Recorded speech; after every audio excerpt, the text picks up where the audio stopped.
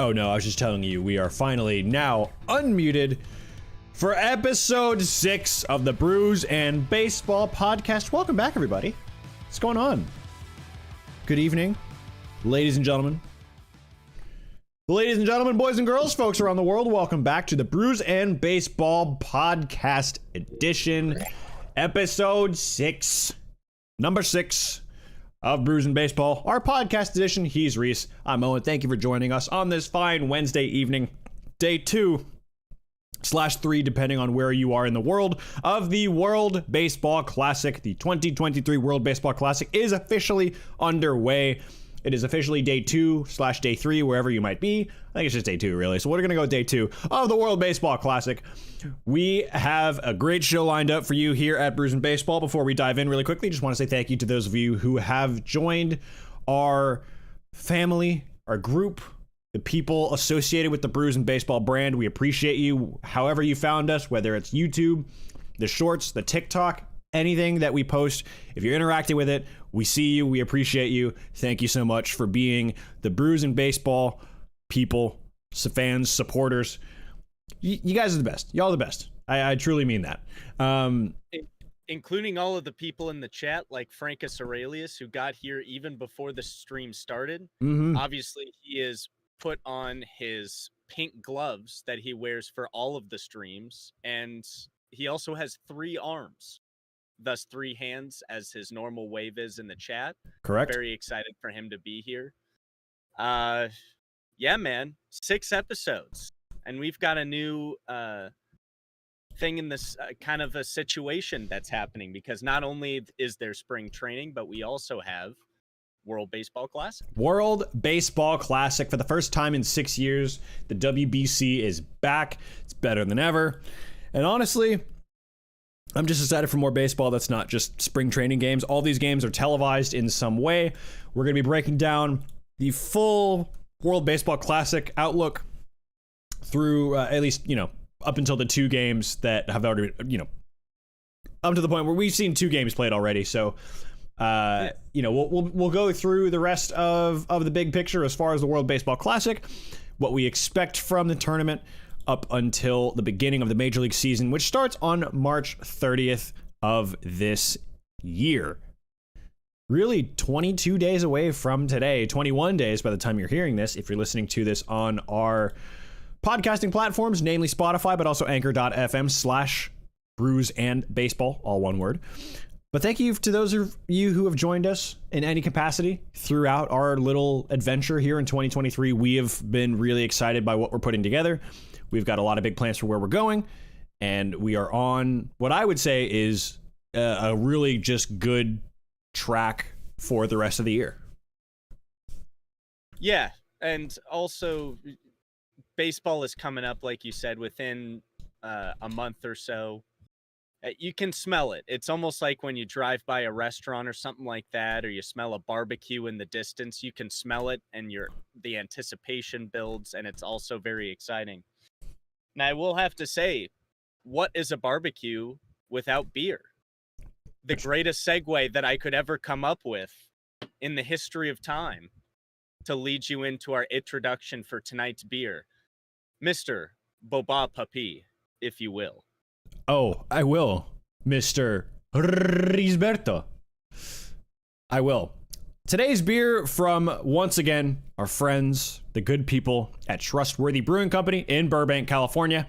Trustworthy's Exit Here Hefeweizen. Now, I saw this in the store at the brewery on Sunday, and Reese, you know me. I'm a big hef guy, big lager guy, pilsner guy. I like to live on the lighter side because, to me, there's an equivalent of beer and warm weather. Nothing goes better together to me than cold beer and warm weather. And that's an exaggeration for the purposes of this bit, where we're gonna keep going with that. Cold beer, warm weather. I saw this and I said, yeah, we're doing this.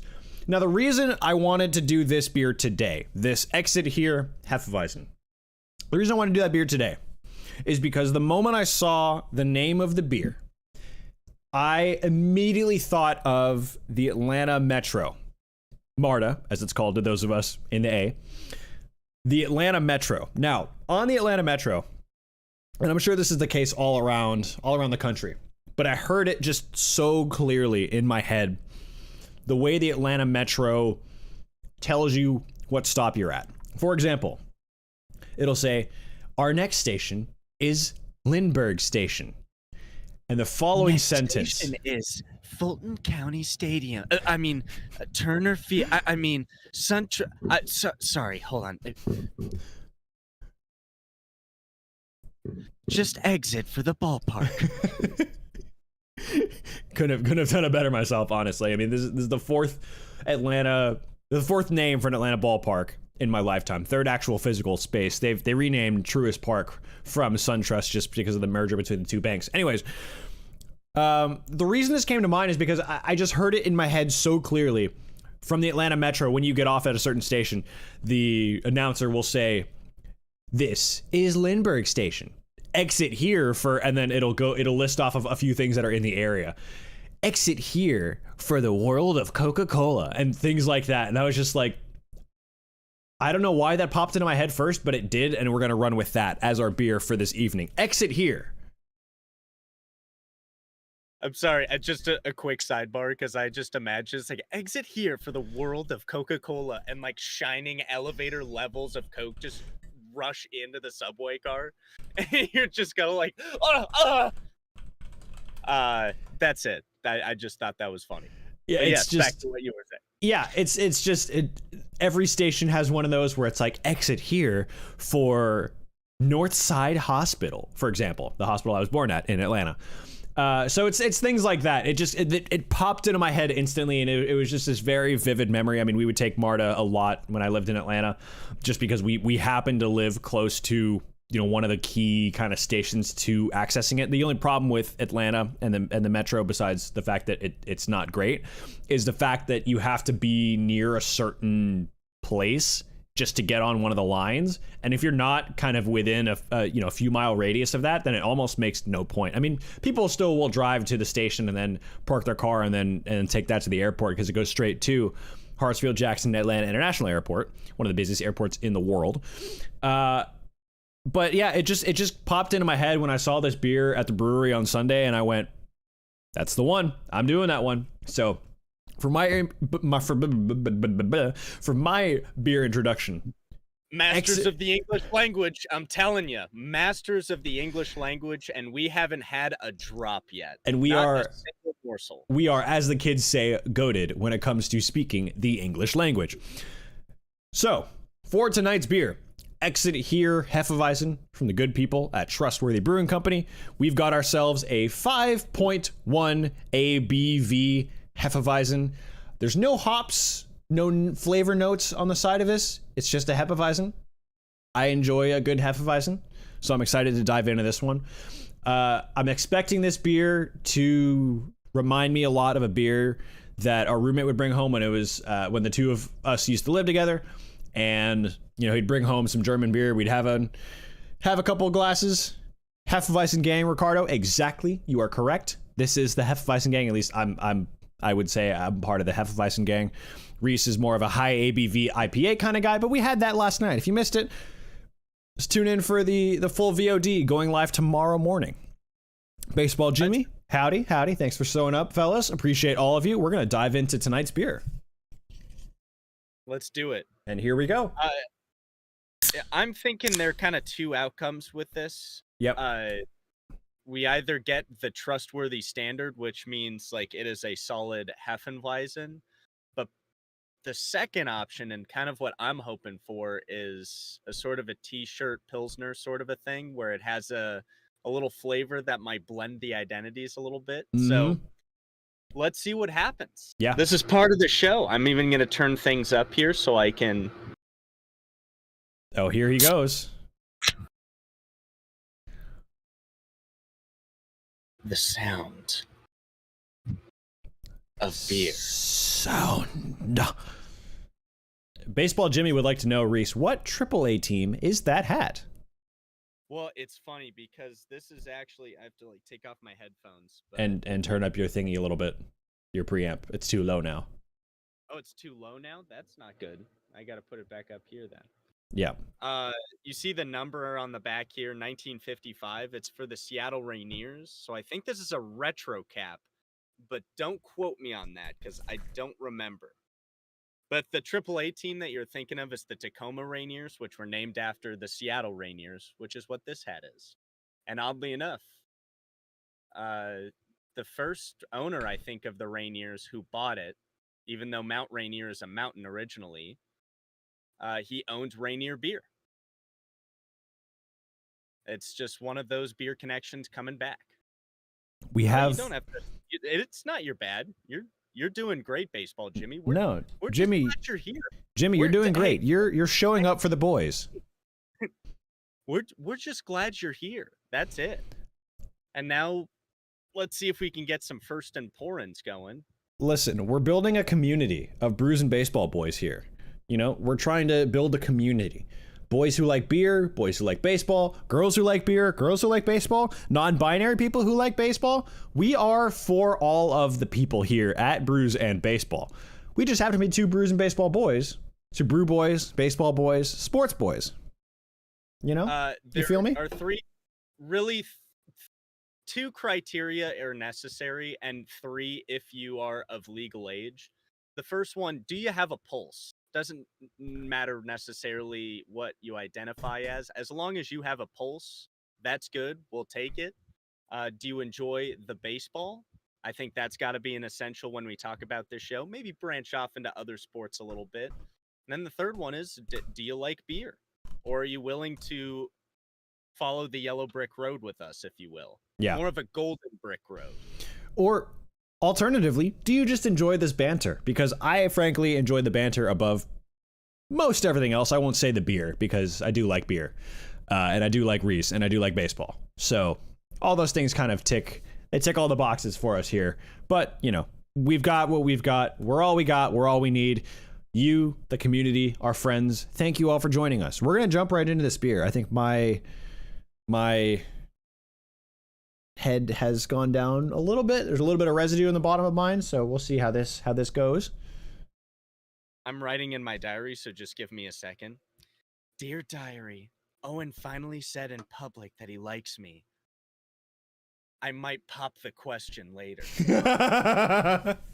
Oh, except you're thinking out loud. Oh, wait, we're not muted?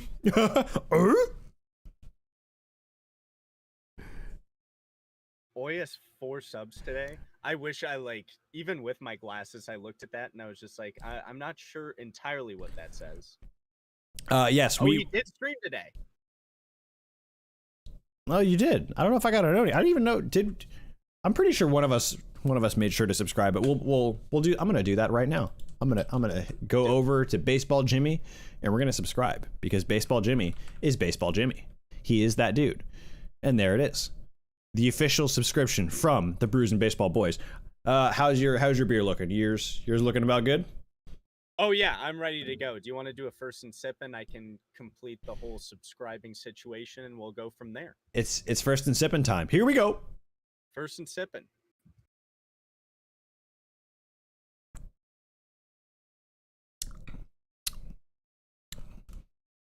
That's a Hefeweizen. Yeah, that is a very standard. That's a Hefeweizen.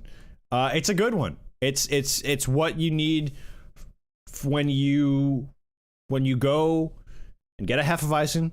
You expect a few things. You expect that same Hefeweizen taste. That's what you got. I mean, there's not much more you can really say than that. It ticks the boxes. It does the simple things really well. I was trying to get this point out yesterday, but really struggled at it. It does the simple things really, really well. And I, for one, as a big Hefeweizen guy, can appreciate that. Yeah. Look, I think your opinion is the one that's going to matter the most when it comes to this beer because, as we've mentioned several times, Hefeweizen not my preferred choice. However, I do enjoy the taste of this. It's something that I would continue drinking. Um, I just looking at it too. It almost looks hazier than usual. Is that kind of common for Hefeweizen?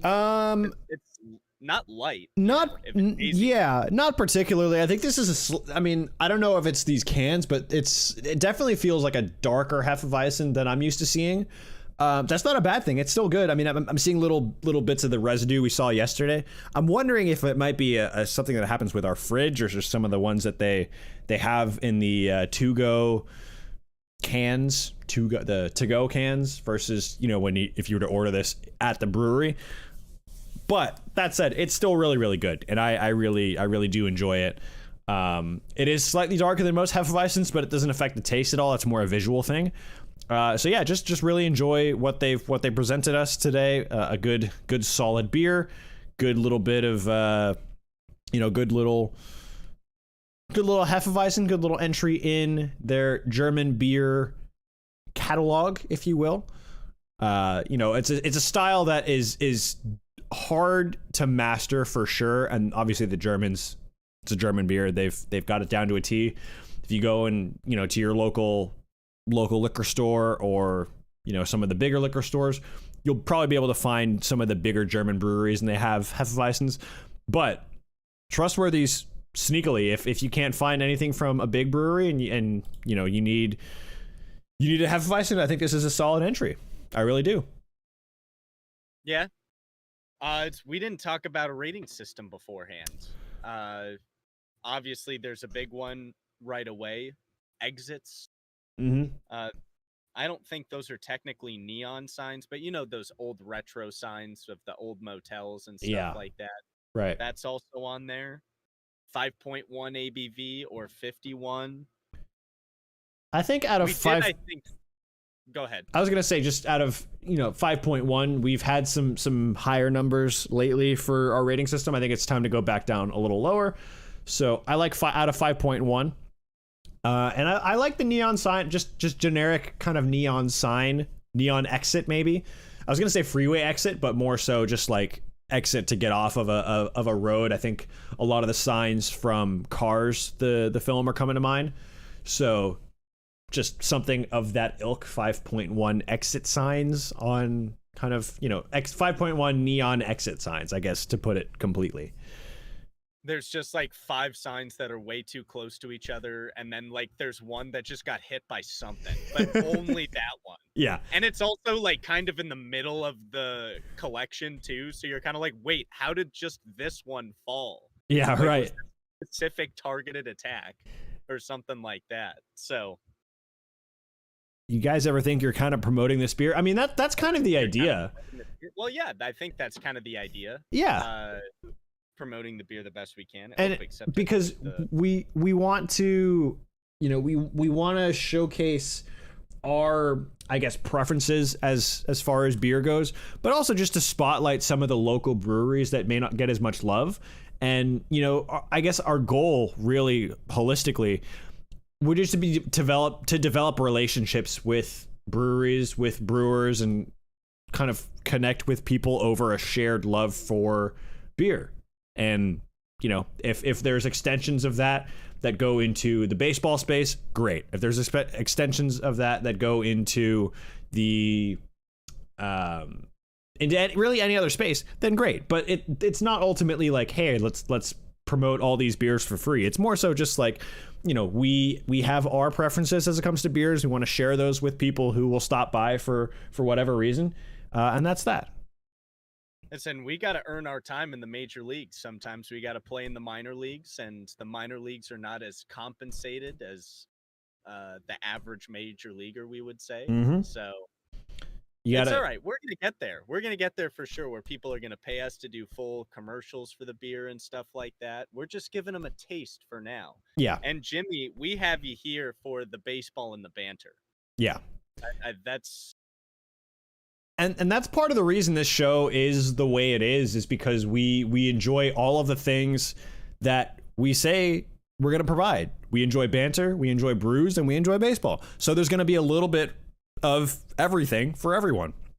You don't have to be a sports guy to enjoy the conversation that we have. You don't have to be a big baseball. You don't have to be a baseball guy. You don't have to be a beer guy. You don't have to be a big banter guy. I mean, I would hope you're a big banter guy. Otherwise, we might seem like the most insufferable people imaginable.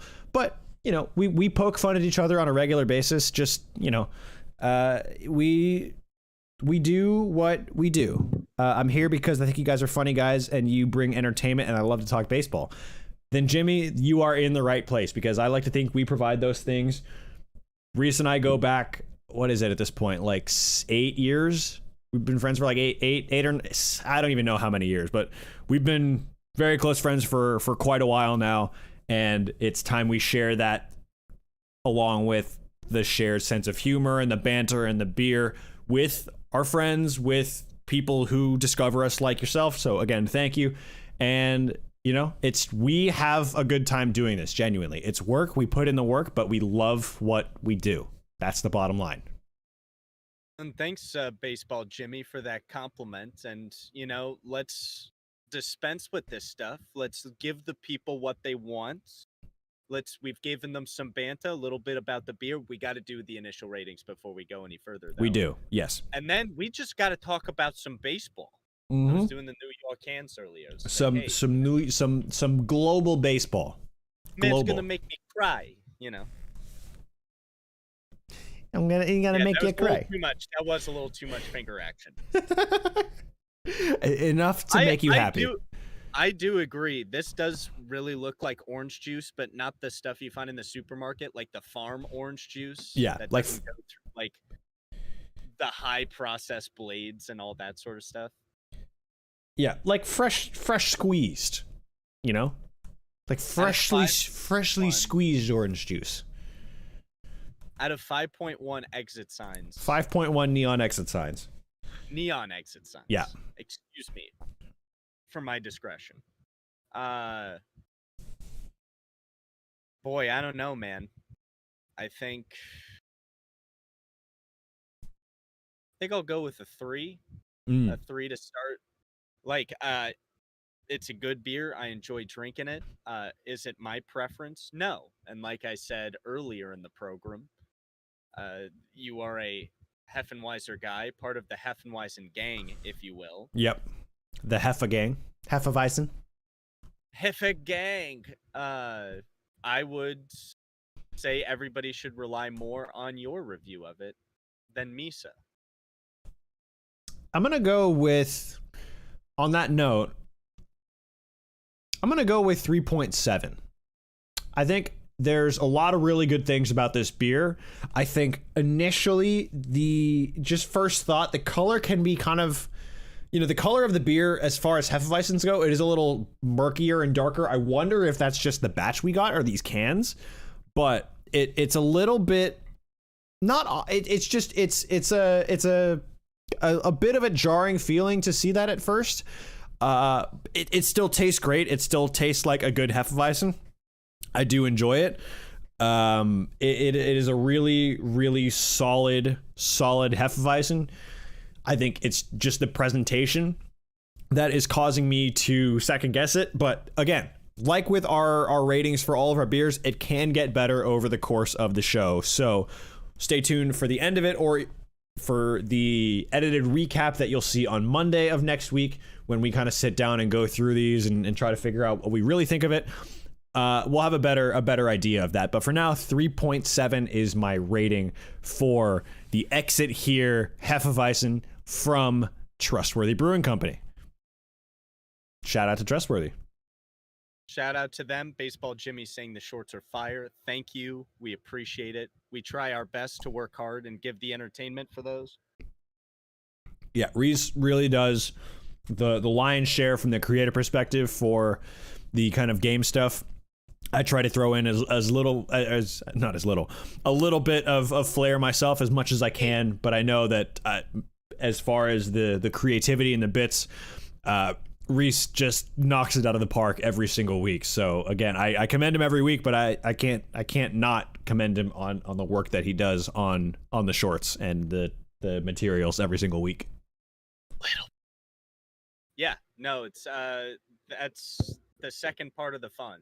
It might take a little bit of time to edit just because my computer is a laptop and it's not a beef like yours, a big chunk of meat that can process all of the graphics that I like to do and all of the overlays and all of that kind of stuff. So I appreciate it. It's not a big old beefy boy. It's not a slab of meat with USB ports and USB-C ports and USB-B ports. And all of the ports. I love that, though. And HDMI ports and VGA ports and DGA ports and WGA ports and WGN ports and WUBL ports and 92.9 WUBL Atlanta, 94.9 The Bull. Wubble.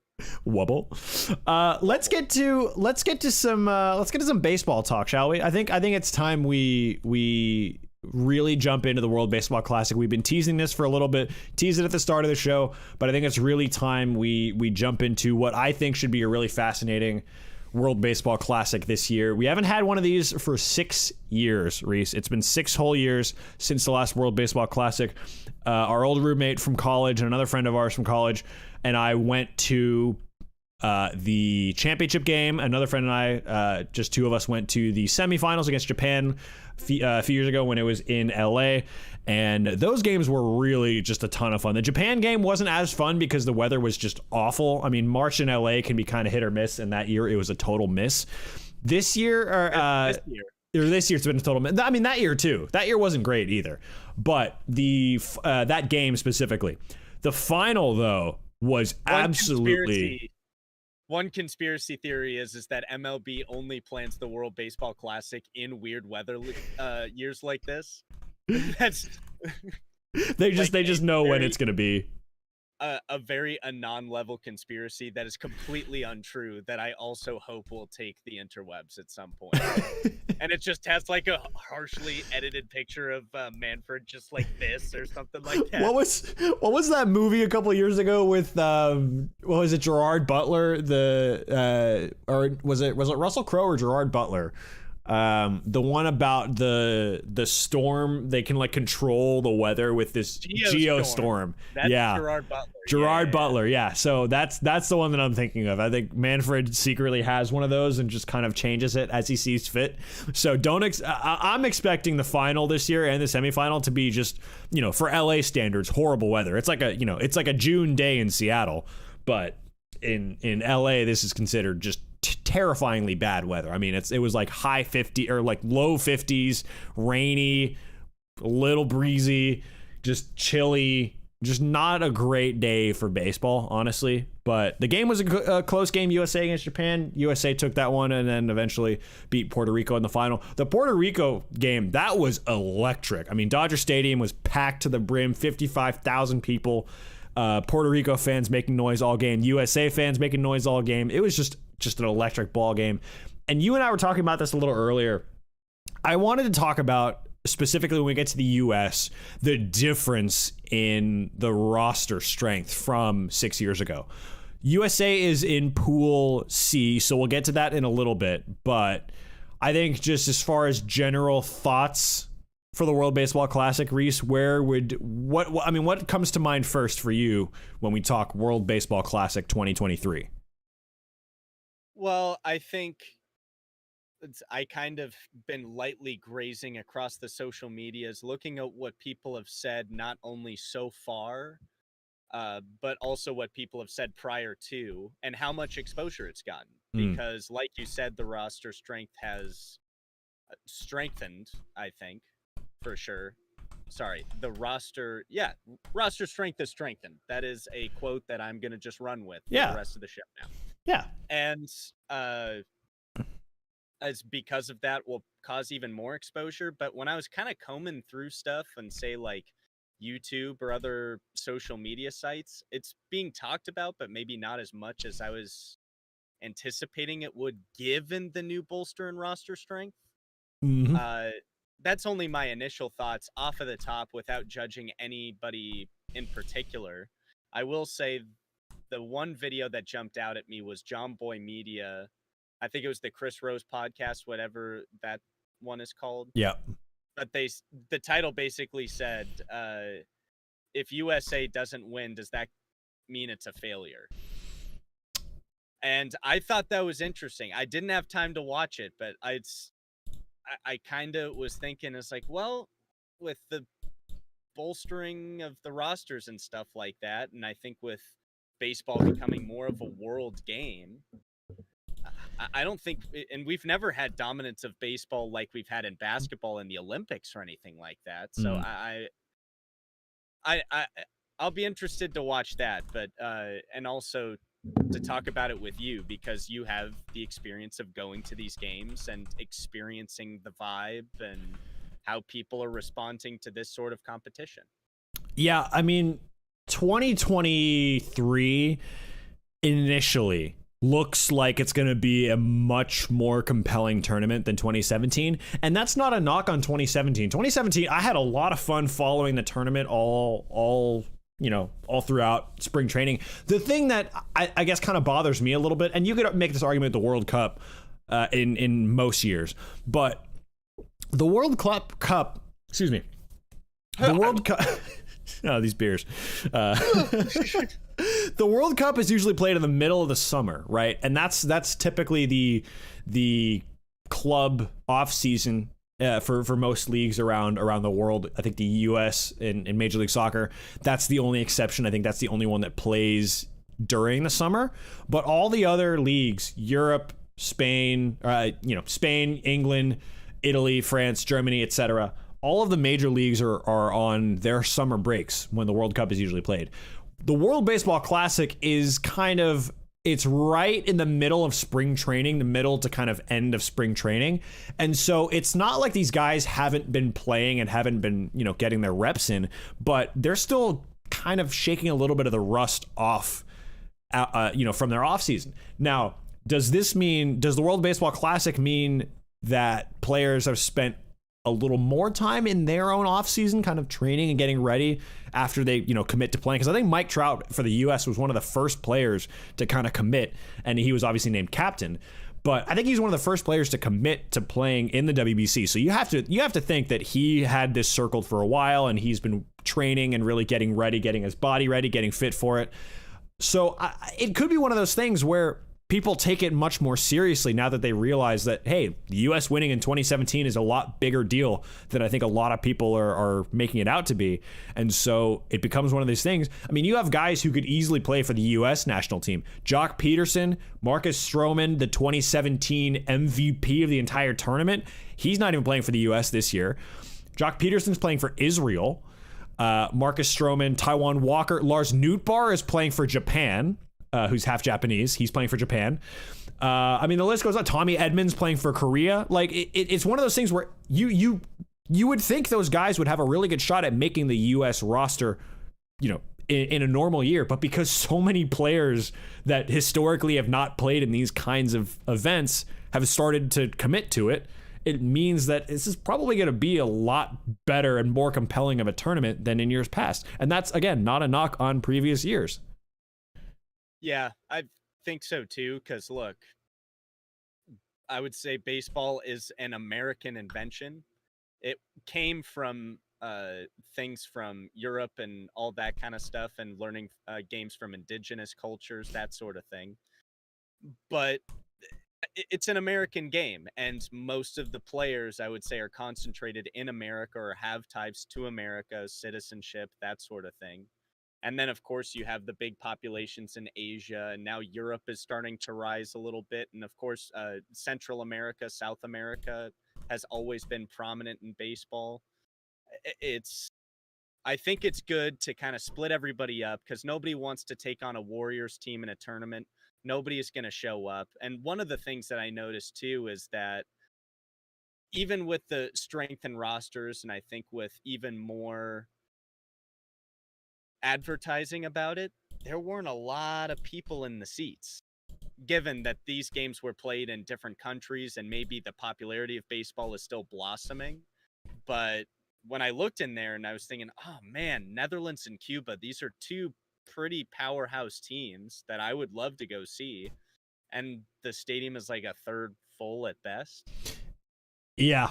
And that was, during that game. I don't know what the crowd looked like during the Chinese Taipei game. Chinese Taipei excuse me, lost to Panama in the second game yesterday. I guess this morning yesterday. It was played a few hours ago. I'm curious to see what the stadium looked like for that game, because it's a home game, but at the same time, it's not in Taipei. It's also during the middle of the day, during the middle of the work week. It's one of those things that it's like the timing is kind of unfortunate for pretty much everyone involved to get it to be really packed. Because make no mistake, Taiwan loves baseball. My mom played the accordion, I want to say, for her middle school to welcome back the Little League World Series team when she was that age. And so it's not like they kind of like shake it off as like, oh no, this is just an American sport, like no one really wants to play. Like, no, it's not as popular as probably basketball, but it's still up there. I mean, there's definitely, I can speak for Taiwan / Chinese Taipei, however you want to answer that geopolitically. There is definitely an appetite for baseball in Taiwan, and to see that few people at that game, I think is just a byproduct of the timing and also the teams involved. I mean, they would, I'm sure, show up for their own team. But you're right. No, baseball has. No, go ahead. Well, I was going to tell you about the reaction though, as I was watching highlights from the game because I didn't watch it live. And look, Taiwan was getting beat, or Chinese Taipei, however you want to say it. They were getting beat 12-2, and they were still going nuts. They were happy to be there. They were happy to see baseball. I don't think the stadium was all that full. And given that's, I say that without the context that I didn't know it was during the day over there. You know what I mean? I always pay attention to when it airs here, and I don't do the math in terms of time zones and stuff like that. So that's tough. And another thing about it too is it kind of shafts spring training a little bit. Yeah. Because you have two separate competitions going on. Both, I think, are beneficial to the game of baseball. And one can make the argument as like, well, spring training is more for the prospects, so the prospects can get more looks at spring training now. It's like, well, that's true, but like, say the people that really go to spring training, they go to Arizona or Florida or what have you, and they say, oh man, I'd love to see Teoscar Hernandez play and get his reps in for multiple games during spring training. I'd love to see Julio get some, you know what I mean? Yeah. It takes away that opportunity, and sure, you see more of the prospects and what they can do.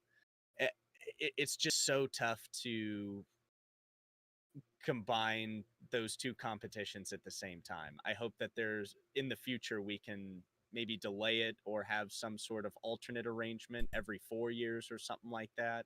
Yeah. I mean, it's hard because baseball season, Major League season is so long that it's based on weather too. Yeah, and they couldn't necessarily have it in the winter in some parts of the world just because it wouldn't be. I mean, you have to have every game at like the Tokyo Dome, for example, if you're going to be in Japan, or every game in some what's the word I'm looking for? Some domed, covered stadium in Houston, for example, I know has one. Seattle has one. Tampa has one. But these aren't necessarily, huge baseball markets like the New Yorks or the Philadelphias. They're not mass media markets. They're big markets for sure, but they're not, the Tokyos of the world necessarily. I am personally offended by this. I want to go to T-Mobile Park. We need to make that happen this summer when the Mariners are playing literally anyone. We'll just make that happen up in Seattle. But it's one of those things where I'm excited for this tournament, and you and I were talking about this yesterday. I was watching a TikTok of the rotation that Japan is going to be able to trot out there, and I was just kind of getting giddy thinking about some of the guys we might get to see. Assuming Japan does advance from pool, what are they in? Pool B? Pool B, yeah. With Australia, China, Czech Republic, and Korea as part of their part of their pool of teams. Yeah. We were talking about this before. It's an absolutely filthy rotation, maybe unproven in terms of certain sticklers for favoring the American leagues only. Yeah. But I'm still excited to see these guys. Yeah. So and also it gives a view into the future. These guys are the stars in their respective leagues, some of them, and this might be their ad to get big money in the States. Exactly. I mean, I'm looking at the ages of some of these guys for Japan, and we'll break down the Japanese roster in a minute. But man, there are some guys who I think in a couple of years are going to be getting paid in Major League Baseball. You think of what the market for Shohei Ohtani is going to be this coming offseason. The market for Ohtani is going to be insane, but that's not to say that some of these other guys will not be dropping absolute diesel in Major League Baseball in the upcoming future. Switching, yeah. Go ahead. I was going to switch gears a little bit so we can talk about the rosters, because there are some of these that I think will surprise a lot of people, especially the casual fan. I'm particularly interested by teams like Italy. I think there's a lot of really kind of under the radar talent on a lot of those teams where, you know, eligibility for different teams is it's not as, I guess, apparent as you would think.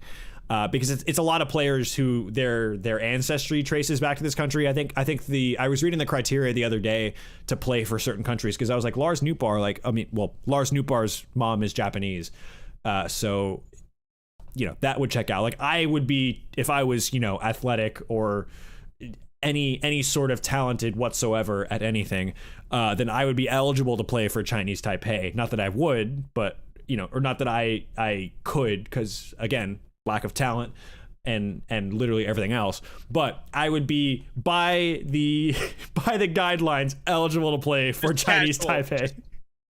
Very casual. It's just like, oh, and also, yeah, I've never played in the major leagues, nor have I even approached that level of talent yet. Yeah. My baseball career ended when I was 12, 13. But once they transitioned to hardballs, that's when I was like, let's not do this anymore. When they started throwing overhand, that's when I knew it wasn't going to be it for me. No, thank you. But no, so the eligibility requirement is basically, I think one of your parents has to be able to hold a passport from this country, or I think you by extension should be able to in some way hold a passport from them to be able to play for them. So, and there are some ways to gain eligibility to play for certain countries. But that all aside, there are some really interesting names on these rosters. We'll start with Pool A and just go Pool A through D. We'll get through these kind of quickly just because, I think for a lot of these are players that we may not know by name, and it's more so just we'll either learn about them during the World Baseball Classic, or, they'll be names that pop up in the major leagues at some point in the not-so-distant future, or they just, they don't necessarily get the headlines of some of their teammates. So starting with yesterday's two teams, Cuba and the Netherlands, the two teams that played in the very first game of the 2023 World Baseball Classic. I just want to highlight two huge names, I think, for Cuba. Yoan Moncada and Luis Robert, teammates with the Chicago White Sox. However, there is a third member of the Cuban national team who I think are real kind of hardcore baseball fans will recognize. That is none other than Yoenis Cespedes. 37-year-old Yoenis Cespedes playing for Cuba. I'm just excited to watch him play baseball again, because he hadn't played in the major leagues for 3 years at this point. Mr. Lawn himself. Or excuse me, Mr. Lawns, because it's Cespedes. Cespedes. Yeah. I'm excited too. It's funny because Cespedes has the opportunity to come back. I'm not sure why I'm reminded of Yasiel Puig in this moment, but if somebody like Cespedes, if he can take a hiatus and come back, maybe this is a way for older ball players like Cuban-born Yasiel Puig to maybe introduce themselves back into the league. I'm trying to remember why it is specifically that he kind of fizzled out. I think might have been talent, maybe off-field issues combined with that, but kind of dropped off the face of the map once he left Los Angeles. Yeah, it was, I think, a combination of injuries and just, a handful of off-field scenarios, put it that way, that kind of, all kind of went against him, and it just became a really tough situation for him to play in the majors again. I think with Cespedes, I think there was an incident where he fell off of a horse on a ranch somewhere, and that caused him to miss part of a season. I can't remember exactly what the deal was, but yeah. So Cespedes back on kind of the bigger stage again. I think that's really interesting. That was one name that kind of jumped out at me, just being really excited to watch him. As far as the Netherlands goes, I think this has to be one of my kind of underrated teams of the entire WBC. There's a lot of guys on here that you would say, yeah, that makes sense. Your Jonathan Scope, Angelson Simmons, Jerkson Profar, Bogarts, guys who you kind of recognize. But then there's names that, again, like Cespedes, but even more kind of niche than Cespedes. Kind of niche baseball fans like myself would recognize Braves legend Jair Jurgens playing for the Netherlands. I mean, that's a reference that goes back to literally my childhood. I mean, first time I watched him pitch, I must have been 10 or 11. I mean, he's a Brave from 2008 to 2012, so that puts us at 13, 14, 15. So, that's a name that goes back a while. A long while. I was expecting you to say Jansen, ya boy. But also recently of the Atlanta Braves, Kenley Jansen. That was a name on there that I was surprised by. Most of the names on here at least look very Dutch, and the birth countries seem very close. It's either Curacao, Netherlands, maybe US, a couple of Arubas in there, and I was like, yeah okay. But yeah, and another name that we didn't mention, Didi Gregorius. That's first baseman Didi Gregorius. He's playing first for the Netherlands, which is just all kinds of wonky for me. Angelson Simmons, also another Braves legend. There's a lot of Braves influence on Curacao, on the Netherlands rather. There's one player that I think would, had Vladimir he not Vladimir Ballantine. There's another one for you. I think there's another player that I think had he not spent the majority of 2022 injured would be on this team, and that's Ozzie Albies. I think Ozzie's focus is getting healthy and getting right to play for the Braves again. But again, another one, Ozzie Albies of I believe he's from Aruba by birth. Jamaica. But again, it's one of those. No, he's from Curacao. So Andrew Jones had as big an impact as I guess any one major leaguer can have on an entire country or group of countries playing baseball at this level. So I think there's a lot of really, really exciting players for the Netherlands. I'm not saying that they're going to be able to go toe to toe with, the US's, the Dominican Republics, the Japans of the world, but I think they could surprise some people this year, and I think that was the case 6 years ago at the last World Baseball Classic. Still very exciting to me that Didi Gregorius is listed as a first baseman for the Netherlands, but Yoenis Cespedes will be in the outfield still. Yeah, that to me is that's I enjoy that. That's big brain operations right there. That's fantastic work. So. And the other two teams that played today. Yeah, I do have to show some love. 3 other teams actually, because I just realized there's 5 teams per every pool.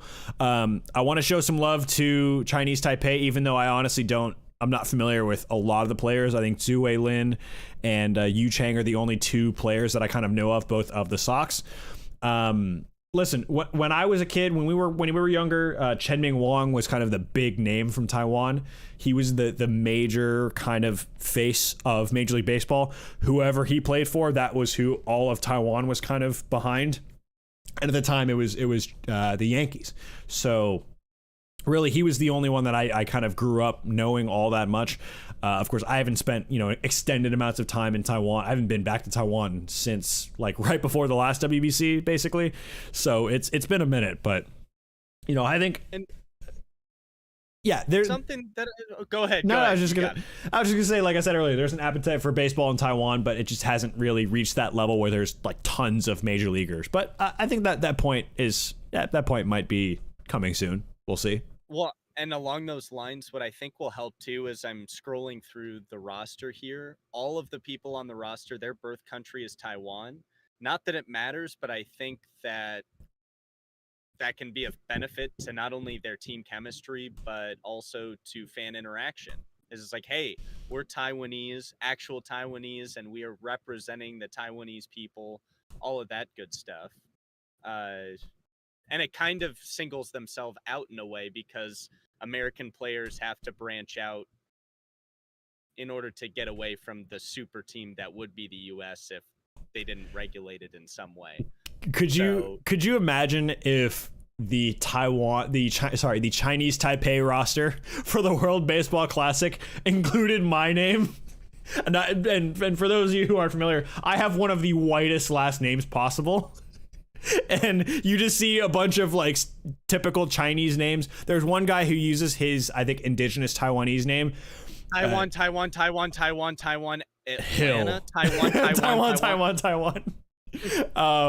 So I just wanted to point that out because it's just really funny to me. I just noticed all the names are kind of classic Taiwanese names or indigenous Taiwanese names. And then in that fantasy universe, there's my name, which is just never going to happen. I just thought it was funny. Panama, again, I think Rivera was the only major Panamanian player that at least that I knew of all that well. Jonathan Arauz, he's one who's been around the majors a little bit, formerly of the Red Sox. He's one that I know somewhat. Let's see what on this. There's Justin Lawrence of the Rockies. He's playing for Panama. Christian Bethancourt, former Brave.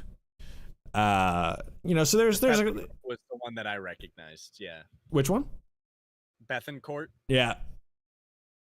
So he's been around for a little bit. Who is he with right now? He's with the Rays still. Paulo Espino of the Nationals, he's still around. So there's some guys sprinkled around here for Panama. I wouldn't necessarily expect them to make as much noise in the competition, but still a decent squad in the context of their pool. So I will say it's very similar to Taiwan in that most of their players are from Panama or the Panama Canal Zone. All except Matt Hardy was born in the U.S., and I suppose that makes sense because U.S. had a lot of control over the Panama Canal for a long time. Yeah. I just thought that was interesting. You have like Panama, U.S. Wait, what? And then I made the argument about Taiwan being the only one. Why did you have to do this? Why did you poke holes in your own argument? God. And then Reese, we have to address the Italians. We have to address Italy because I think there are so many players on this Italy team that are just like, oh, he's Italian? Like, are we talking like Italian or like New York Italian?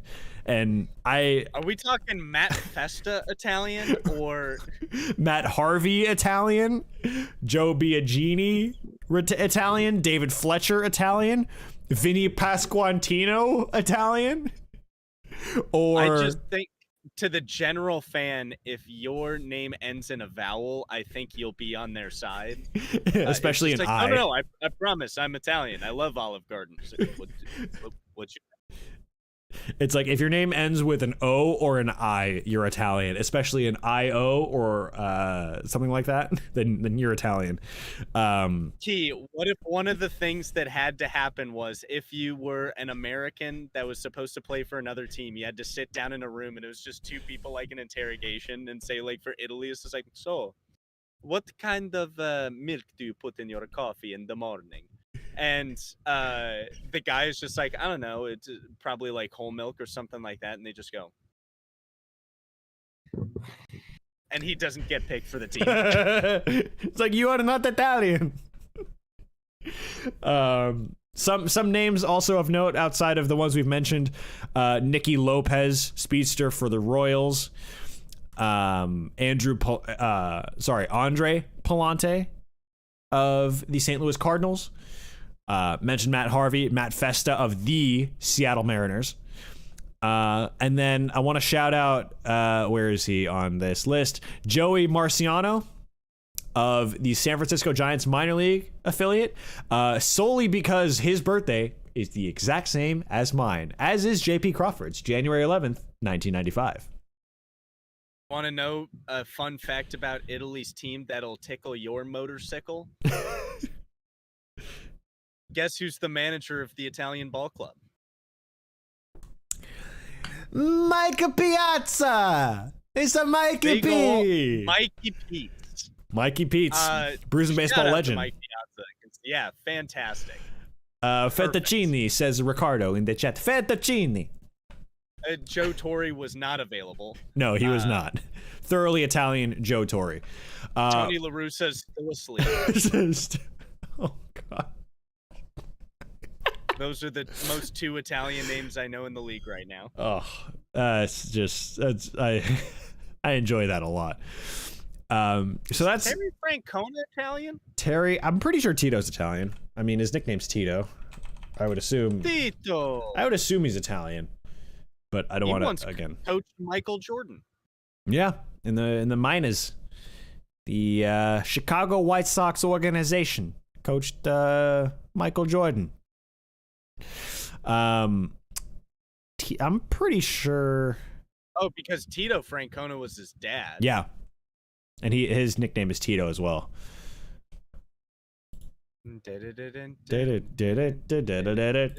Okay, so moving off of Pool A, we come to Pool B. This might be my favorite group in the entire WBC because I think it's basically coming down to who gets to lose to Japan and Korea by the most. And by that, I mean who gets to lose to Japan by the most in that pool. Because, I mean, we'll get to extra steps there. Well, because look, we'll get to these rosters and again, all the respect, these are all professional players. They're all way better than me, much more athletic than I am. But I don't know. I just need the chance, you know. I just need the tryout. Well, that's you. That's not necessarily me. Sorry. We were talking about you. Oh. I think I saw something earlier. Eric Sogard is one of the only players, if not the only player, from the Czech Republic in that Pool B. Oh, sorry. Let's remind you all who's in Pool B for a second. Pool B, we have Australia, China, Czech Republic, Japan, and Korea. Outside of Sogard, I don't think there's any other player on the Czech Republic with any major league experience. So that already says quite a lot about the rest of the pool. I think Liam Hendricks was the only player, I think, really with significant major league experience for Australia, but obviously he is fighting non-Hodgkin's lymphoma, and we wish him all the best in his fight against cancer. Hope he kicks cancer's butt thoroughly like he does on the mound and gets back to pitching very, very soon and just back to health. But not a lot of major league experience between Australia, Czech Republic, and even China for that matter. But then you get into teams like Korea who have, and this is without Tampa Bay Rays legend Ji-Man Choi, now of the Pirates. This is without Ji-Man Choi. Maybe of the Pirates. Maybe. We'll see how long that lasts. But you look at the Korean team, and everyone has a kind of, you know, a name you would associate with a Korean national team. And then there's Tommy Edman, who, like Lars Nootbaar and myself, biracial, Asian American. It's a name that sticks out when you look at the roster. It's, you know, and I don't follow the KBO maybe as much as I should, because I've heard the KBO is electric. Bat flips are electric in the KBO, and you truly love to see it. You wish there was more of that in Major League Baseball. I don't know why they get so wound up about it in the major leagues as opposed to, you know, literally anywhere else in the world. Tradition and respect, pitcher. I mean, I don't know, but I feel like a lot of East Asian cultures are founded on respect, and you don't see them shying away from a nice bat flip or 20. So no scrolls talking about how you should react when you get an absolute nuke tated off of you. That's true. Or you just saw your brother from another mother hit a dingo dango into the third deck in left field. Dingers. Of the Korean team, also just worth that Confucius. Like Confucius say, I think that was China. So Confucius say he go. But no, looking at the Korean roster, I think up the middle they have probably one of the best duos in Tommy Edman and Ha-seong Kim defensively. So I think that could take them decently far in this tournament. But when you look at a team like Japan on paper and what they get to throw at you, I mean, it's borderline unfair. I mean, everyone knows about Shohei Ohtani, right? He's kind of the unicorn. He's the number one guy who jumps off at you. Lars Nootbaar's leading off for Japan, and Lars Nootbaar, I think, is pretty thoroughly underrated by a lot of people in baseball. That doesn't even get into the guys like the Munetaka Murakami, who hit 56 homers in Japanese baseball last season. 56 ding-dongs. Aaron Judge broke a record last season with 62 in Major League Baseball. This dude at 56 in the Nippon League, he's 23 years old, hitting ding-dongs all over the yard. Masataka Yoshida of the Boston Red Sox, noted Oppo Taco legend Masataka Yoshida, doubles the other way for days. And then you've got, some guy named Roki Sasaki who only threw nearly back-to-back perfect games. Not just no-hitters, perfect games. This dude threw 17 perfect innings consecutively, routinely hitting 100-plus miles an hour. This dude is going to be a cheat code in baseball when he hits Major League Baseball at some point, because Shohei Ohtani's going to go, dude, Major League Baseball, like, you can do this. If I can do this, you can do this. Like, I mean, it's unfair. Money. Yeah. Be trapped under Artie Moreno, but let's make some money. It's unfair. Also the guy, Sasaki, was he the guy that threw 105? Yep, that's him. That's him. And Reese, this is to make both of us feel very bad about our lives. Oh, yeah. He's 20. He's 21. 21? He will not be 22 until November of this year, and he's already hitting 105. That oh no. That's not just unfair. It's unheard of to be that good, that young. And I mean, like, I don't want to say he's taking the headlines away from Shohei Ohtani, but he's kind of taking the headlines away from Shohei Ohtani, which is wild. If you are so good at baseball that on the world stage you are taking headlines away from the most, I don't even know what the word is for Ohtani, but just unduplicatable, uncopyable Shohei Ohtani. Maybe Shohei has another sheriff in town. Imagine two of them. They just kind of look at each other like. They just kind of look at each other like, is this town big enough for the two of us? And they're kind of like, yeah, I think so. Okay, so there's two of us. You're looking for Japanese pitchers. Look no further than the World Baseball Classic. Absolutely unreal. So I think Japan's one of the favorites of the entire tournament, but their roster on paper, especially the pitching staff, it's scary. It's scary times. Lots of ding-dongs involved, lots of gas from the mound, and also lots of trickery pitches from the mound as well. I'm excited about Japan.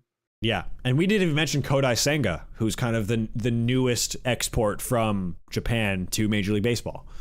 So, I mean, it's all over the place. It's gonna be a lot of fun. It's gonna be a lot of fun, I would say. I want to look Chinese roster here. No one really jumped out to me from the Chinese roster. I think everyone's playing in China in some way. Either the China, the KBO, Japanese Industrial League. One of the reasons I was interested was a lot of the information on the roster for a lot of the players is left blank. Yeah, because some of them just don't have pages. Yeah. I will say though, shout out to Dean Trainer, I believe his name is, who is the manager. I've never heard of him, but just shout out to him for taking the job. Yeah. I hope he gets a couple of W's off just because of that. Yep. Shout out to Dean Trainer for no other reason besides the fact that he is the manager for China. And this we're talking about China, not Chinese Taipei. Big distinction. We're talking about China. China. And now, of course, folks, the United States of America. The United States roster. Before we do a deep dive, I want to set this up for the people. The roster in 2023 compared to the roster in 2017 is so much more talented. It's not even funny. So obviously, Mike Trout, captain, no surprise there. Who else is going to be in this starting lineup? Presumably, you might ask. Well, there's a few guys who we may be able to put in the starting lineup. Tim Anderson, Nolan Arenado, Paul Goldschmidt, Trey Turner, Bobby Witt Jr., Mookie Betts, Kyle Tucker, JT Realmuto, Jeff McNeil.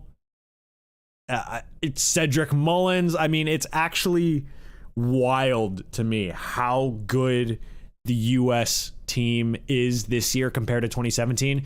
Because this was 2017 for the United States.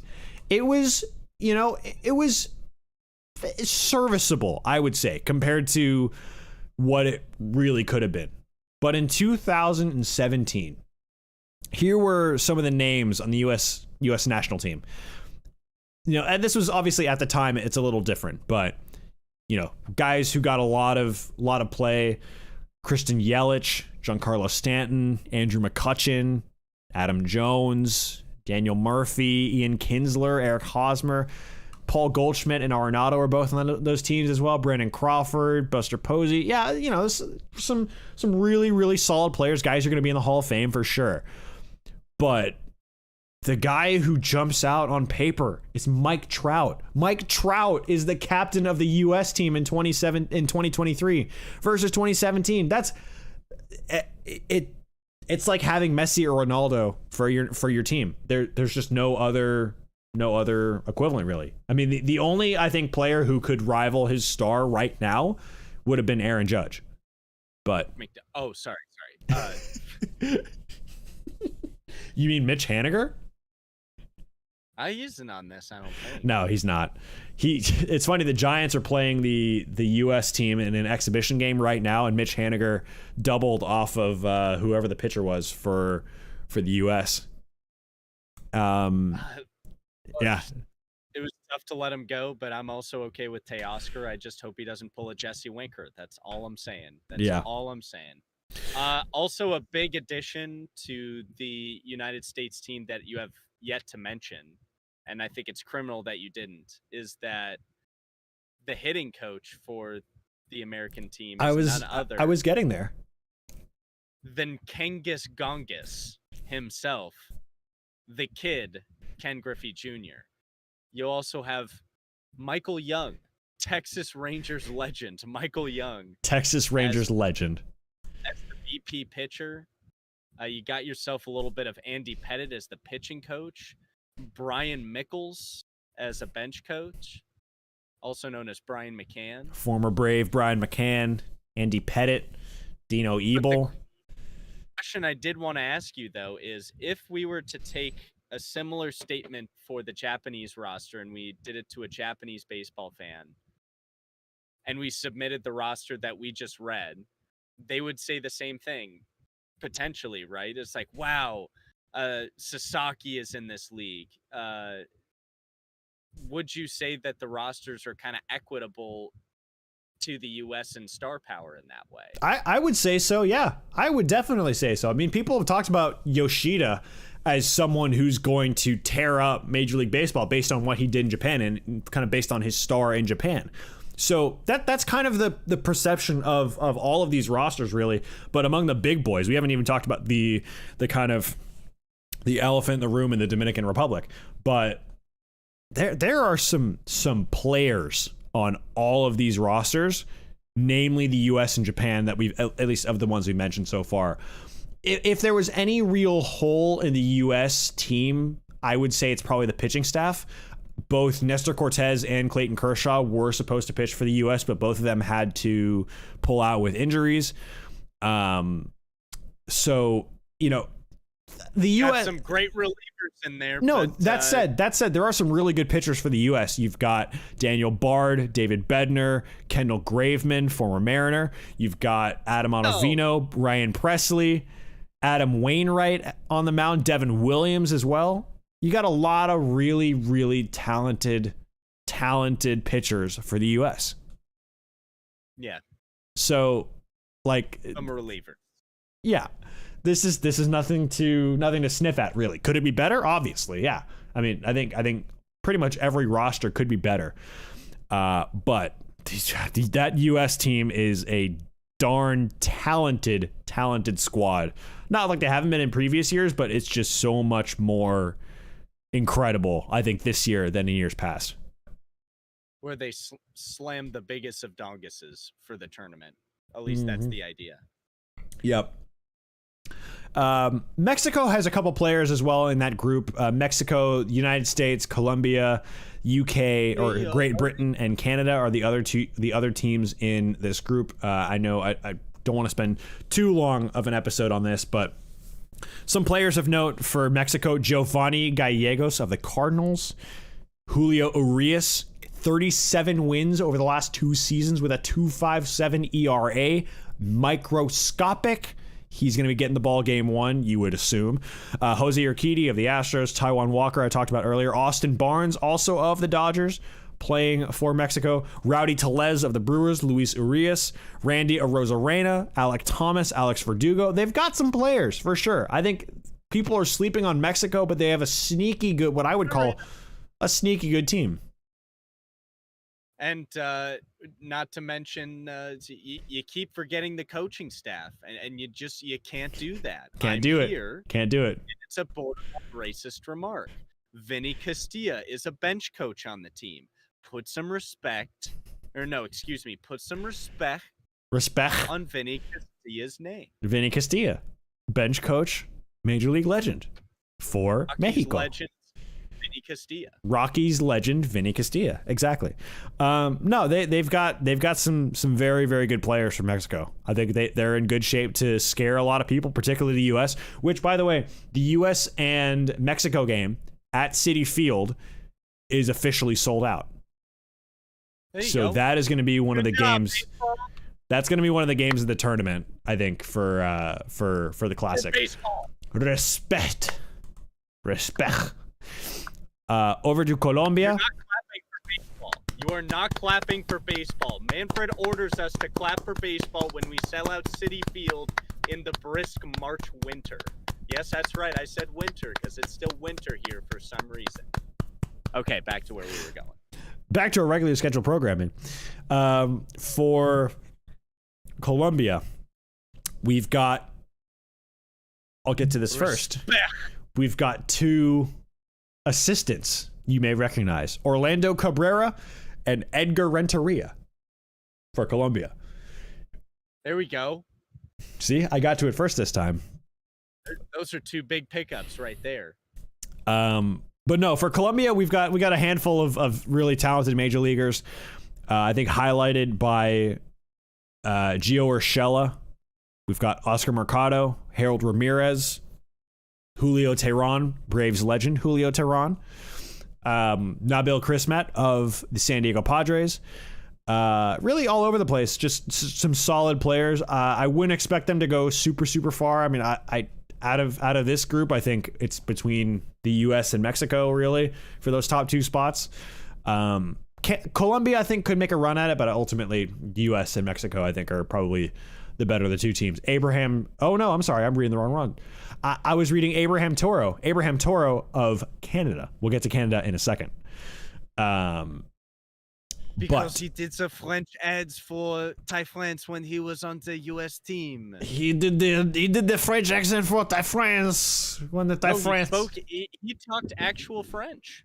Yeah, he spoke it with his mouth and everything. Yeah, he spoke French for Thai France. Legendary.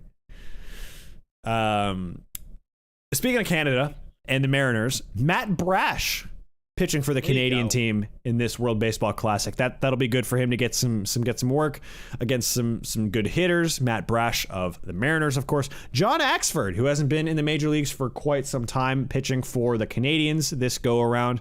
That should be interesting to watch. Cal Quantrill, I think, is a recent addition to the roster. Frederick Charles Freeman of the Los Angeles Dodgers, kind of the headline name for Canada, along with Tyler O'Neill. Abraham Toro, who we mentioned earlier, and Bo Naylor, the younger brother of Josh Naylor. Josh Naylor, I think, is injured, so he won't be able to play for Canada this go around. But I think they like Colombia. I would give them an outside chance to go through, but ultimately the U.S. and Mexico, I think, are just far and away the best teams in this pool. And then finally with Great Britain, I can't talk about this without talking about Harry Ford. Harry Ford from Atlanta, Georgia, in the Seattle Mariners organization. First name Harrison Ford for the Seattle Mariners. North Cobb High School. I'm not saying that you're doing a horrible job, but you just keep ignoring all of the managers and coaches. Now, if you go back to Canada, you have my boy Hall of Famer Larry Walker as a first base coach. You have all of our boys as Russell Martin as just a coach. And then you have other guys that I just have never heard of. So we can go back to what you were talking about. I just want to remind people that I'm also here. You just keep me honest, You keep sleeping on the managers and stuff like that. Yeah, sometimes they do stuff. All right, why don't you? That's what Dave Roberts says. Why don't you take the lead on Great Britain then? Why don't you go through this GB roster for us, for the people? Yes, good. Welcome to Great Britain, where we are known for our baseball, of course, and certainly. It's kind of funny because I would say cricket and rounders were the two biggest influences for baseball, and those are generally known, as I should say, as British games. I'm looking through it here, and I would say I'm more of the casual fan in this situation, but aren't any big old names that I recognize where I'm like, yep, very excited about that. Also, looking at the birth country, this is kind of one where it's mostly Americans joining in, which is fine. Like I said, I think Britain is more of a cricket country than a baseball country at this point. Maybe after this tournament, who knows? They could make a big old run here. I think Trace Thompson. I was gonna Dodgers. Yeah, I was gonna say that is one I just noticed just now. Trace Thompson. Thompson. Okay. For GB. I suppose in terms of the managers and coaches, the one that I am most excited about is Jonathan Cramen. He is an associate hitting coach, and only because of his name. That's it. Hi, my name is Jonathan Cramen. Oh, excuse me. Hi, yes, my name is Jonathan Cramen. I play baseball in Britain. Thank you. Yes, I coach the British national team. Trace Thompson, son of Michael Thompson, brother of Clay Thompson. He is eligible to play for GB because of Michael Thompson's Bahamian heritage. So that is why that is a thing. I didn't realize that was a thing, but that is a thing. Qualify for a country citizenship other than Great Britain. It's like, yeah, we probably owned it at some point. So yeah, come on by. Yes, come on by. We have lots of tea. Yes, lots of tea. Just don't dump it in the harbor, please. Don't dump it in your harbor in Boston. Americans haven't gotten their mittens on this good stuff yet. Purely authentic British accents are the only accents we do on the show. The only ones, clearly. Last but not least, Pool D, managed by Ian Kinsler, the Israeli team. Ian Kinsler, again, the manager. Kevin Youkilis, the hitting coach, the Greek god of walks. Kevin Youkilis, Greek god of walks. Brad Osmus, the bench coach. Those are the only guys I really know off the top of my head. But there's one guy that I do know fairly well. None other than Jock Peterson. Jocktober, playing for Israel this go around in the WBC. I'm excited about that. We've been just getting too much into this conversation that we should probably have our second sipping. It is 8:30, and boy, let's crank up this preamp to get all the ASMR here.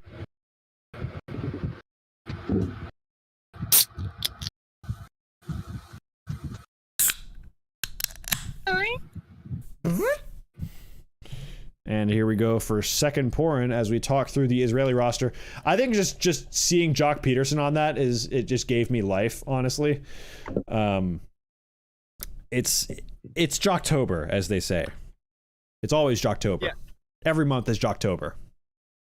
It's we love Jock. We love him going to Israel. I can't imagine, or I should say, I don't know of many famous Israeli players that play in the league. Or people that were born in Israel, I should say. Yep. And like looking at the roster here, Shlomo Lipitz, I hope I'm pronouncing that correctly, is the only guy that looks like was actually born there. Very interesting. But hey, if anything to kind of level out the playing field a little bit and maybe create some new fans in new places. Yeah. I mean, we're all for new fans. New fans, new places. Kevin Youkilis. Guy named Nate Fish. Always very excited about a guy named Fish. Love to see that. But yeah, I don't have many thoughts about this. No, just excited for Jock Peterson, really. Yep. Kind of similar for Nicaragua. I don't recognize a ton of the names on this list. Jonathan Loaizaga of the Yankees and Erasmo Ramirez of the Nats are kind of the two of the only ones I really recognize that readily. Just not as thoroughly familiar with Nicaragua as with other ones. Well, I will say the manager for the team, his name is Sandor Guido. Very excited about that. I think those are the only two players I recognize out of that. Let's see what happens in that field as well. Yeah. Most of them were born in Nicaragua, some from U.S., like Venezuela, Guatemala, something like that. So that's interesting. Yep. Loaizaga and Erasmo Ramirez. Let's get it. Two pitchers. There you go. Let's get at it. Puerto Rico. Now, this is a really interesting one because obviously Puerto Rico, the 2017 finalists, first runners up. Very, very good squad managed by none other than the recently retired St. Louis Cardinal legend Yadier Molina, coached by Alex Cintron, Victor Rodriguez, Juan Gonzalez, Ricky Bones, Jose Molina.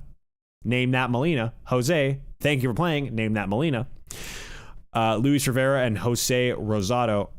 Off the top, these Puerto Rican team, I mean, this team is... Do not sleep on this team. Do not sleep on this team. I promise you that much. We talked about Marcus Stroman defecting from the U.S. to play for Puerto Rico. Good on him. Here, so I'll be back in a second. Love that. I'll walk the folks through Puerto Rico. Just disappear for a brief moment, come back, tell the people the good news. Everything's fine. I'm not scared. Everything's fine. Everything's just fine. Everything's fine. Talking through Puerto Rico, there's a lot of really, really solid names in this list. Jose Barrios, the Diaz brothers, Alexis and Edwin, Jorge Lopez of the Minnesota Twins, Emilio Pagan, also of the Twins. We've got Marcus Stroman, you talked about, Martin Maldonado, Christian Vasquez of the Twins. A lot of Twins players on this roster. Kike Hernandez of the Sox, Francisco Lindor, Eddie Rosario of the Atlanta Braves. Just all up and down. The Puerto Rico team, once again, really, really solid. I don't know if I would expect them to go as far as they did in 2017, but, that unexpected run was, it wasn't just a one-off thing. I mean, this is a really, really good team with some good players. I think it's just, it's a solid group top to bottom. Also worth noting, there are 2 Edwin Diaz's. There is a Edwin Diaz position player, an infielder with the Red Sox minor league affiliates. And of course, Edwin Diaz of the New York Mets. So definitely one to watch there, Puerto Rico. Also worth noting, Puerto Rico went all blonde for this WBC. So all the players dyed their hair blonde, which I think is personally a lot of fun. Gives a little extra thing to it. They did it in 2017, and again this year. I saw Eddie Rosario with his blonde hair. Kike Hernandez already has it, so that should be a lot of fun. I'd be curious to see what Marcus Stroman does, because he's kind of the fashion-forward guy for Major League Baseball, at least one of them. So Puerto Rico definitely one to watch from this pool between Israel, Nicaragua, Venezuela, and the big boys, which we will get to in a minute. But I think, other than the U.S. and Japan, the other member of that big 3 as far as teams to really keep a close eye on. Another really fun one, Venezuela, managed by Omar Lopez, Carlos Mendoza, Ruglas Odor, the uncle of Rugned Odor, as one of the coaches for Venezuela. Why isn't my mouse coming back? There we go. I was just walking the people through Venezuela. I honestly think, outside of, I think Italy could be this WBC's version of Israel from the last WBC, and Venezuela could be this year's Puerto Rico. I mean, I really think this Venezuela team is slept on at the peril of those of you watching at home. I mean, there are some certified ballers on this Venezuela team. I mean, obviously, you've got perennial MVP candidate Ronald Acuna Jr. of the Atlanta Braves, but just on the pitching side of the ball, you've got Jose Alvarado, you've got Julius Chassin, you've got Luis Garcia, Darwinson Hernandez with absolutely electric stuff, even though he has no idea where it's going. Pablo Lopez of the Minnesota Twins, Jesus Luzardo of the Marlins, German Marquez of the Rockies, Eduardo Rodriguez of the Tigers.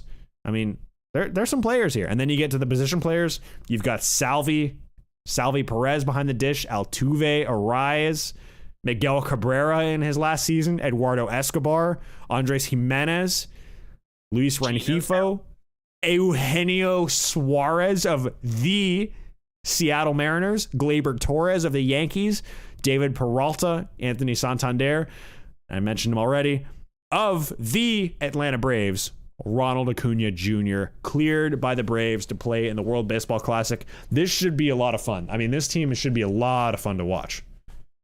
Yeah, I'm excited about it. Also to see Ronald Acuna come back and try to find his stride here before the season starts. And it's probably better to do it in a environment, like this, rather than spring training, which will probably be more prospect heavy this year by comparison. Yep. And then last but certainly not least, as we begin our second beer, Reese, I want to hand this over to you. Our final team in the 2023 World Baseball Classic. Do you want to tell our lovely listeners, our lovely friends, folks at home, who is this final team in the World Baseball Classic 2023?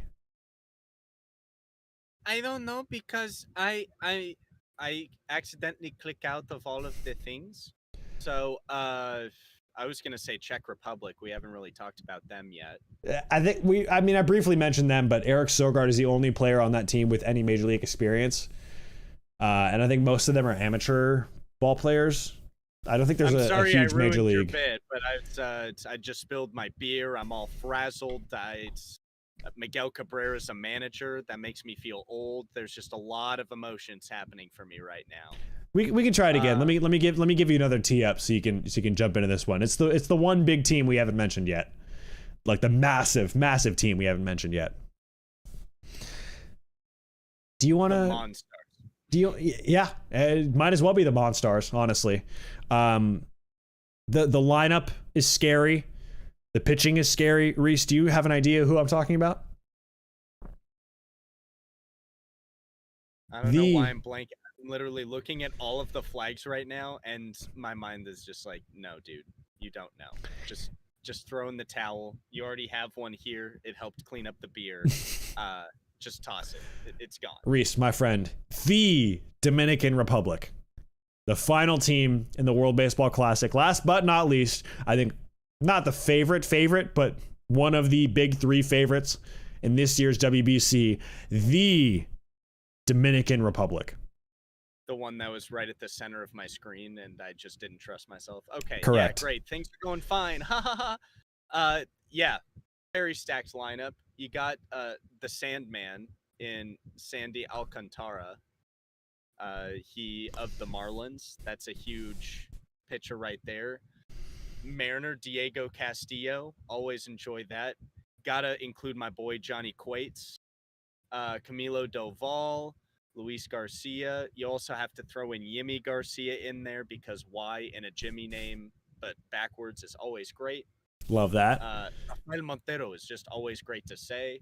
Gregory Soto, one of my favorites, one of your favorites as well. You got to have Yankee legend Gary Sanchez as well. Yep. I thought it listed him as third base, which I was very confused about. You got some Candelario. And another interesting name for you, my friend, former Atlanta Braves legend, Robinson Cano. Robinson Cano, who hit a homer against the Braves today. Braves played the DR in an exhibition match, and the DR absolutely stomped on the Atlanta Braves. Granted, it was about a third of the Braves, but still. Yes, they stomped on the Braves. Cano hit a 3-run bomb. I think it was 9-2 final. This Dominican lineup, I mean, you can stack it 1 through 9 any way you want, and it's still an incredibly potent lineup. Adames, Candelario. I just wanted to read the infielders' names back to back, because this is the most stacked infield, I think, out of all of the teams. Willie Adames, Jeimer Candelario, Robinson Cano, Rafael Devers, Wander Franco, Manny Machado, Ketel Marte, Jeremy Pena, Gene Segura. Like, that's like Kraken like worthy level of depth. And then you want to get into the outfield, because the outfield is even more stupid. It's even more dumb. It should also include the boy that is Nelson Cruz, but I will say current Mariners legends, Teoscar Hernandez and Julio Rodriguez. You have Eloy Jimenez and Juan Bobo Soto, he of the Nightmares. Not only of the ding-dong variety, but also of the walking variety and his discipline at the plate. My boy Nelson Cruz, why he's not a right fielder in this, I'll never know. Greatest right fielder defensively I've ever seen, especially in Texas. Specifically Game 6 of the 2011 World Series. But we need not mention that for Rangers fans who are joining us here on Brews and Baseball. I don't recognize any of the coaches, though. That might be the one thing. So you think, do you have, Reese, do you have the balls to say that? Are you freaking man enough to say? Are you man enough to say that the Are you willing reason? to over-identify with the gender norm to prove that you're actually courageous and this whole thing just isn't a facade? Do you have the courage to tell me to my face hole that the Dominican Republic's management is going to hold them back in the World Baseball Classic?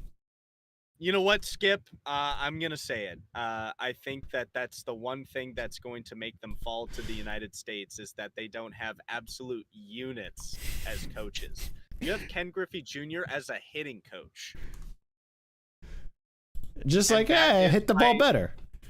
And that is my very general estimate as to why, if they were to ever meet in the WBC, the U.S. would win over the DR. Well, I mean, listen, when you got a pair of eyes as good as Griffey's telling you what to do, pair of peepers. Those are some good peepers. I tell you what, those are some good peepers. They could hit some balls. Well equipped for the 2023 World Baseball Classic. So we've run through all of the rosters, given our kind of 2 cents on who we think the good teams are, the standout teams are, and maybe the teams who, you know, might not be as competitive in this tournament. Really, we've talked about the big three of the Dominican Republic, Japan, and the U.S. as incredible squads. And you posed a question earlier that I want to use to give our final thoughts on the WBC before we sign off. Would the U.S. not winning be a disappointment? Was the question, Reese. And I want to pose that to you with this caveat.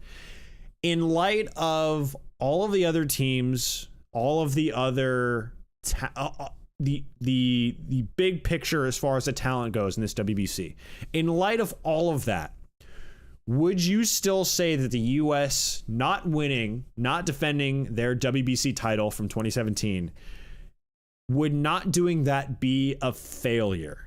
And if so, why? And if not, why? No, it's not a failure. It's just a game. I think also based off of the fact that this tournament is put into place to help the game grow, I think primarily. Also because it's a money opportunity, but also ideally to create more fans, maybe create more networks between American, Central American, South American, Asian, European leagues, all that kind of stuff. So castaways from the American leagues might be able to play in Europe or Asia or wherever these teams come from. Mm-hmm.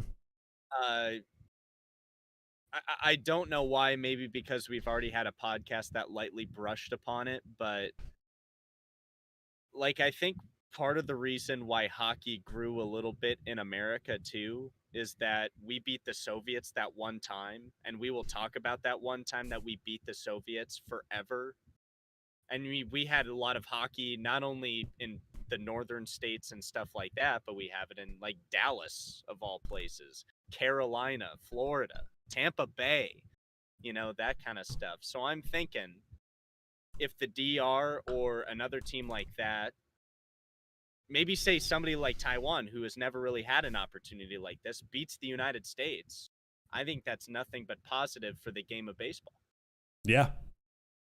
Like, look, will Americans' egos be hurt? Sure. But also I think that if taken right, will create an opportunity for the skill level of the American leagues to increase as well. And by extension, the rest of the league, so they can compete. Yeah. And you mentioned a point that I really want to hammer home. It's about growing the game. And that doesn't just mean domestically. That means globally. That means around the world, getting this game of baseball that we love so much to be seen and played by a more global base, not just the world, or not just the US. So the World Series in the US takes on more meaning because it's the best in the world. And the best in the world, after playing in the WBC, get what we can only describe as their fair shot at playing in the best league in the world and winning the World Series. Now, World Series as a term that goes back, you can fact check me on this, Reese. This goes back way longer than it should as far as determining the championship for the U.S. That said, you know, it's one of those things where as long as the level of talent in baseball is where it is now, there's no real loser when it comes to crowning a World Series champion. And I don't know if that thought came across properly, but the real idea is that we're trying to get the best of the best to play against each other, the best in the world, if you will. And that's why kind of keeping Major League Baseball as the best league in the world benefits everybody in a sense. But that said, it's tournaments like this where we would want to see the talents of a Roki Sasaki or a Munetaka. We want to see guys who are dominating leagues abroad come and play Major League Baseball. And should they do that and dominate Major League Baseball, then maybe the term World Series isn't as kind of far-fetched as you might think, because it may not be the best of the entire world. It's just the best players in the entire world are playing in this league. That's kind of what I'm getting at. That may not make sense. Intergalactic League, yes, exactly, Jazz. We need an intergalactic league. And also, since statisticians are starting to include Negro League stats as Major League stats, I think it won't be as far a leap maybe down the line to also include Japanese stats in particular, because I think they've had the most sophisticated, longest standing league out of anywhere in the world. I could be wrong. That's a very general statement. But yeah, I think, yeah, I don't really see it being a failure for how Americans, yeah, I think nothing but good can come out of this, unless if there's like a scandal or something like that. But I think that'd be really dumb if that happened. So, yeah. In a tournament that we haven't had in 6 years at this point. Yeah. Finally, this wouldn't be a WBC preview episode if we didn't give our predictions for the 2023 World Baseball Classic champions. So, before I ask you to give your pick, Reese, I'll lay this out for you. So, the way the quarterfinals are going to go on both sides of the bracket. So, the winner of Pool A will play the runner-up of Pool B, and the winner of Pool B will play the runner-up of Group A. Same for C and D. So C winner plays D runner-up, D winner plays C runner-up. It's kind of like in the World Cup, same thing. A, B on one side, C, D on the other. They meet each other in the semifinals, and then eventually the championships. So, with that said, coming from Pool A and Pool B, the kind of teams we would expect to be there on that side: Netherlands, perhaps Italy, perhaps Cuba, perhaps. Pool A is probably the most wide open group of any of them. But Pool B, Japan, Korea, I think head and shoulders above Australia, China, and the Czech Republic. That's on one side of the bracket. The other side, Pool C, the USA and Mexico. Kind of, you would anticipate 1 and 2, Colombia, Canada, and Great Britain. The rest of Pool C. Pool D, Puerto Rico, Venezuela, Dominican Republic, kind of Dominican Republic and one of Venezuela or Puerto Rico, but also don't sleep on Israel, don't sleep on Nicaragua. There's a lot of talent between these teams, Reese. But with that said, who is your winner of the 2023 World Baseball Classic?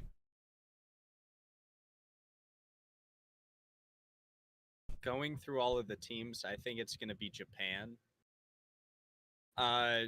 If I'm perfectly honest with you, I'd be very much okay if America didn't win this, because like we've said, in order to have the game grow, I think it would be better for a non-American team to win. I don't think an American team will win. Japan's pitching is so stacked. I think that's really going to be the headway difference.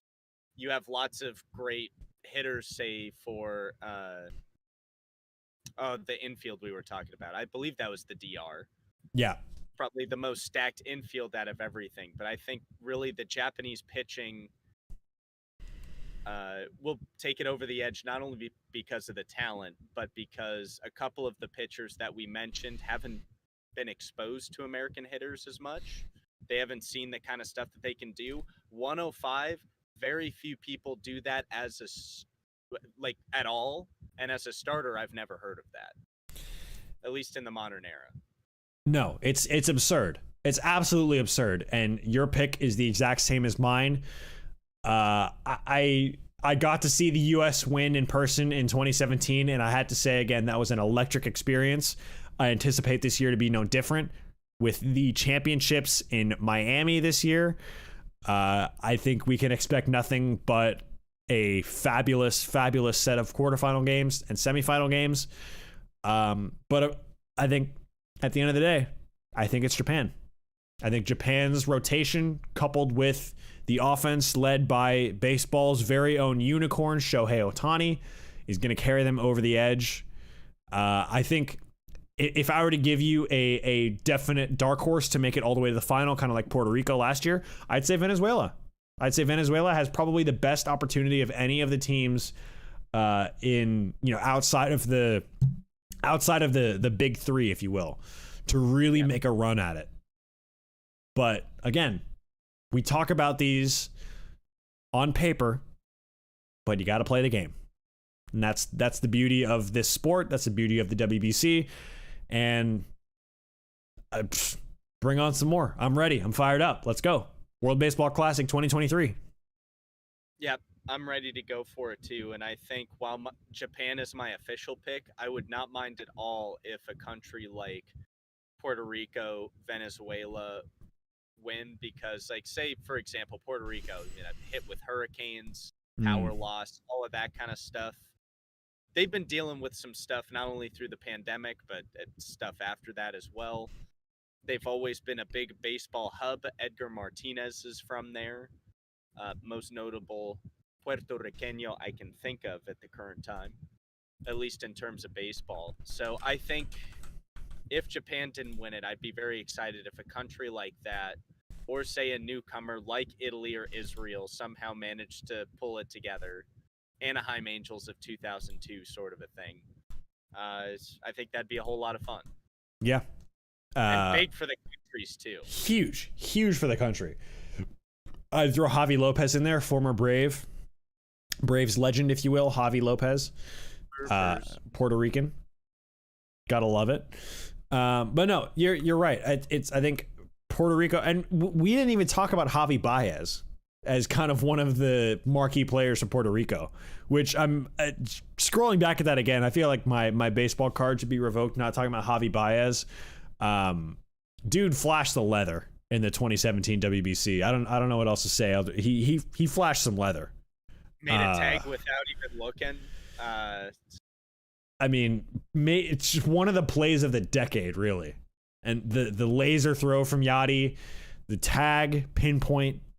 I mean, again, bring on the WBC. I'm ready. You're ready. Let's go. Give us some more WBC. Give us the WBC. I've gotten in the car. I've shut the door. I'm putting on my seatbelt as we speak. Now all I got to do is turn the key and hit the gas. Give me the baseball, please. Hammer on the gas. It's WBC time in 2023. I don't know about you, Reese, but I'm excited. And we've gotten to the point in the show where I think, I don't know if my rating for this beer has changed at all. I think it might have, if any, it might go down to 36. I'm still on the fence about that. We'll figure it out in post when we kind of put our final ratings on paper. I think that this has more kind of residue at the bottom for me. So it's less a taste thing and more just a nitpicky, like kind of a what's the word you use? A tic-tac critique of the beer. That's not to say it's a ticky-tack. Sir, a ticky-tack. Sir. A ticky-tack critique of the beer. Or a Mickey Mouse critique. A Mickey Mouse critique of you. Let's go with Mickey Mouse.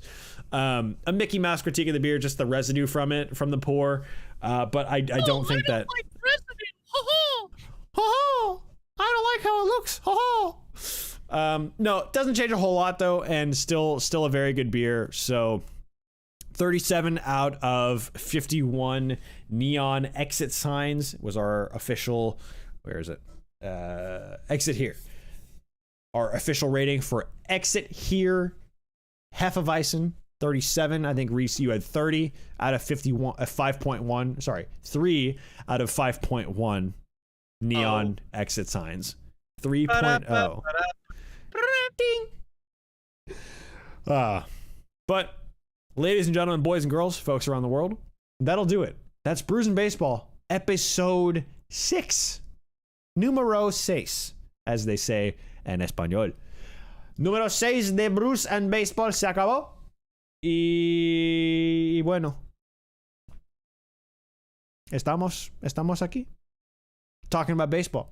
We'll be back next week. The WBC final is actually a week from next Tuesday. So we'll have a new episode next Tuesday, and it'll be a week away from the end. Ironically, it's just weird to say that, of the World Baseball Classic, considering it started literally yesterday. But 2 weeks, baseball is back, and a week after that, it's regular season time. We'll be ready to go for the start of the regular season after the WBC in just a little under 3 weeks. 3 weeks from tomorrow, actually. Reese, before we go, where can the good folks of the internet find all of our content, all of our Brews and Baseball content? Where would that be? Well, Mr. Boba Poppy, now that you've just dangled this piece of cheese over the top of me, you can find all of this sweet, sweet content for the podcast episode in particular you're talking about. All of it. Everything is on the YouTubing. We're on the Instagrams. We're on the TikTok. We're on the YouTube Shorts now. That's been really great for us. The podcast in particular is going to be available on Spotify as well, and we'll let you know about that. So we have them in all the places. We're going to set up a link tree so we can have all of our links in one place so you don't miss a single moment. One place, all of our links. 2 words, 1 family. Trust your heart. Let fate. Brews and Baseball.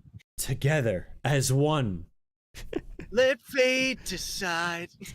To guide these lives using. Wow. Oh, I love this so much. What an ending. What an ending to episode 6 of Brews and Baseball. As a reminder again, folks, Spotify is your place for Brews and Baseball in the short run. We're working on getting this distributed to all major platforms, all major podcasting platforms. So don't you worry about a thing. If you can't get Brews and Baseball on Spotify, don't worry. There's also anchor.fm/Brews and Baseball, one word. That's ANCHOR.FM/Brews and Baseball. Find us on YouTube right here, the beautiful YouTube at Brews and Baseball. YouTube.com/@Brews and Baseball is your place. At Brews and Baseball Official on Instagram and TikTok is the place to find us on social media. Reese doesn't have Twitter. I am at Boba Poppy, Boba_Poppy. If you want to find me and tweet awful things at me or nice things at me, I'm open to either. We'll see you next week on Tuesday. Be sure to check out all of our socials, all of our information for our trailers, our beer reviews, our full reviews of our beers. We do this every week just to give everyone a comprehensive look at how we break down the beers. Again, purely unscientific. We do it for the funnies. We do what we do. Yeah, I am technically on Twitter. You can find me at Ringlish, RHYNGLISH. That and Instagram if you want to follow the personal stuff. I will say if you do go to Twitter, it is mostly memes of Spider-Man being covered in peanut butter. So viewer discretion advised. That is all of the legal context I can give you at this time. Follow at your own risk. Follow at your own risk. Oh my God. You got to love our unscripted social ad read, whatever you would call it at this point. Social unscripted ad reads. Gotta love it. All right, folks, we're out of here. We'll see you next week, 7 p.m. Pacific time, youtube.com/@Brews and Baseball. Until next time, he's Reese. I'm Owen. This has been Brews and Baseball, episode 6 of our podcast. We are.